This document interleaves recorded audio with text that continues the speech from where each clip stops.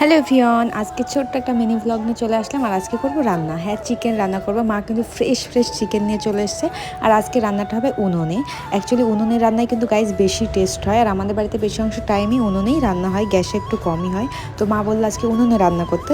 তো প্রথমেই দিয়ে দিলাম কড়াইতে তেল। আর এই যে মা সব মশলাগুলো করে দিয়েছে। প্রথমেই কড়াইতে দিয়ে দিলাম পেঁয়াজ। অনেক করে আজকে পেঁয়াজ দিয়েছি, যদিও একটু কম দিই অন্য সময়, বাট আমি অনেক বেশি দিয়ে দিয়েছিলাম। আর তারপরে মশলাগুলো দিয়ে দিয়েছি। সুন্দর করে মশলাগুলো ভাজা হয়ে যাওয়ার পরে দিয়ে দিলাম শুকনো লঙ্কা। এই যে গুঁড়ো লঙ্কা ব্যবহার করছি আজকে, গুঁড়ো লঙ্কাটা দিয়ে দিলাম। তারপরে মিশিয়ে নিয়েছি ভালো করে। দেন এবার দিয়ে দিচ্ছি ধনিয়া গুঁড়ো। সব কিন্তু আজকে গুঁড়োই ব্যবহার করছি। মশলাটা ভালো করে সুন্দর করে কষিয়ে নিয়ে দিয়ে দিলাম চিকেন।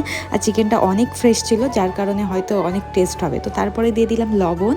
আর একটা আমার স্পেশাল মশলা, যেটা আমি নিজে বানিয়েছি বিভিন্ন টাইপসের মশলাগুলো দিয়ে, সেটাও একটু দিয়ে দিলাম। আমার মশলাটা আমি দিয়ে দিয়েছি। এবার সুন্দর করে নাড়া দিতে হবে। আর গায়ে যেহেতু উনুনে রান্না করছি, কাঠে এত গরম লাগছে, আমি পুরো লাল হয়ে গেছি ঘেমে, প্রচুর গরম লাগছে এখানে। এখন দিয়ে দিয়েছি হলুদ। আর ভালো করে চিকেনটাকে এবার নাড়া দিয়ে সুন্দর করে কষিয়ে নেব। অনেকক্ষণ কষানোর পর এখন চলে এসেছে জল দেওয়ার টাইমে।